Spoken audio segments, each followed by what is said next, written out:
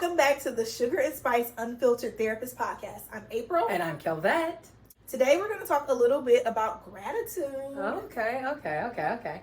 So I think having a gratitude practice can be super important in helping you to improve your overall life. I think having a gratitude practice can be something as small as when you wake up being grateful or being thankful or looking for things in your world that give you gratitude or make you feel good. Or it can be as elaborate as having a gratitude journal. So what is the impact of gratitude when it comes to mental health? What does that mean? I don't know that answer. I think gratitude forces us to acknowledge the things that are going well or the things that we have. Because when you can hit some dark times emotionally, you forget the little things. And by taking stock in those things, it helps to have some balance. Okay. And recognize that all is not lost. And the deeper you get into identifying those items that you can be grateful for, inevitably the list gets longer and longer. I feel if you're working on gratitude with a client, it might be a stretch to get one or two things during a session. But as things move forward, they can list 10 things. Especially when you break it down and just say, I'm grateful for my health. Or I'm grateful I woke up today. I'm grateful for friendship. I'm grateful for Starbucks. Every time I have Starbucks, if you're hearing me, I'm grateful for you and I would love a gift card. But I'm grateful for Starbucks. It helps. Absolutely. So what are some gratitude practices that you might assist clients with working on, or what are some gratitude practices that you do yourself? Self-care. I'm an advocate of self-care. And I know that looks different for each person. Healthy self-care, because there are some practices that people will call their self-care that could be very detrimental. Mm-hmm. And when we talk about self-care, I usually ask a client, what do they do to take care of themselves? Because I want them to tell me what they are. Then I can point out, is that a healthy thing that's helpful? Or is that something that's playing deeper into the symptomology and your diagnosis? For example, if someone tells me that a part of their self-care is they like to have some wine each day, is it a glass or do you have a bottle? Do you routinely have a bottle of wine, sis? Which is that the right wine on the right day? Yeah, I can have a bottle, but do I do it every night? So making sure that your self-care routine is not maladaptive. Absolutely. So I think I would include in that like overspending, like knowing what you can manage financially is also very important. Not to put yourself in a deficit because you said, my therapist told me to do self-care, so I needed to go on this cruise. No, that's not what I said. Self-care should not be something that you cannot afford or that creates another stressor for you. Because again, if you are compulsive and you need to do some self-care, I don't know that I would tell you to go shopping. I'm not going to tell you to do that. I'm not going to tell you to buy a new car. I'm not going to tell you that you need to go ahead and, like you said, go on a cruise. I'm not going to tell you to spend $15,000 on Beyonce tickets, y'all. Because I say that because I've seen a host of people on my timelines that have gone to see Beyonce. Mind you, Beyonce is not in the States yet. Correct. That leg of that tour has not yet started. There have been people that have gone out, expedited their passports, so they had to be some of the first people to see this Renaissance show. Yes. And you know what? If it gets you traveling and you're enjoying life, okay. Did you break out a new credit card to go see Beyonce? Yeah. Do you have a plan to address that? Is that going to stress you out later? I don't know. So self-care is up for debate, I guess, for each person.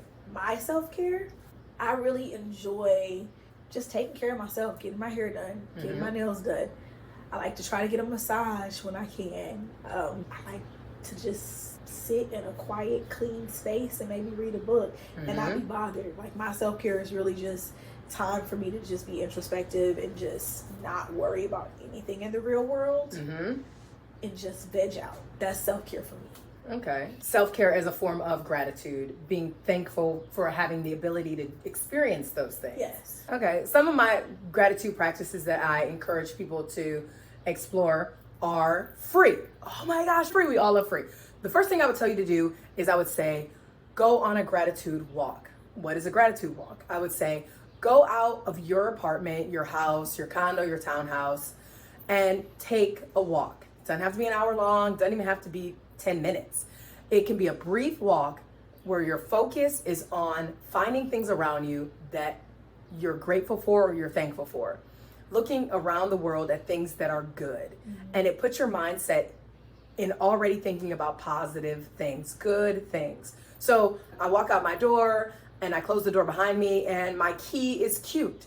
Oh my gosh, I'm thankful for this lovely key. I close my door, I have a wreath up. Oh my gosh, this is a lovely wreath. I remember the day I made it. But you're intentionally doing those things. You're saying to yourself, I'm searching out the good, because how often are we looking for the negative things? Or how some people, they're just drawn. Hard. You don't have to look hard. For some people, it's just, oh my gosh, what's going wrong? Everything. And they can create a list. What's going right? More challenging. They have to figure it out. Absolutely. Yeah. So really forcing yourself to flip that switch. And I'm not saying Pollyanna, I'm not saying rose-colored glasses. I'm saying be factual about the things. Is it beautiful? Was that a good experience? Then honor that. But if it was not, and you're not, don't force it. Don't force it. That's my other thing. Like, nothing should be forced and nothing should be false. It should feel factual. It should feel real. So that's one of my gratitude practices I tell people to do. Yeah. I think I also encourage people to reflect on a time where they felt the most grateful. And at that moment, what were you grateful for? Yeah.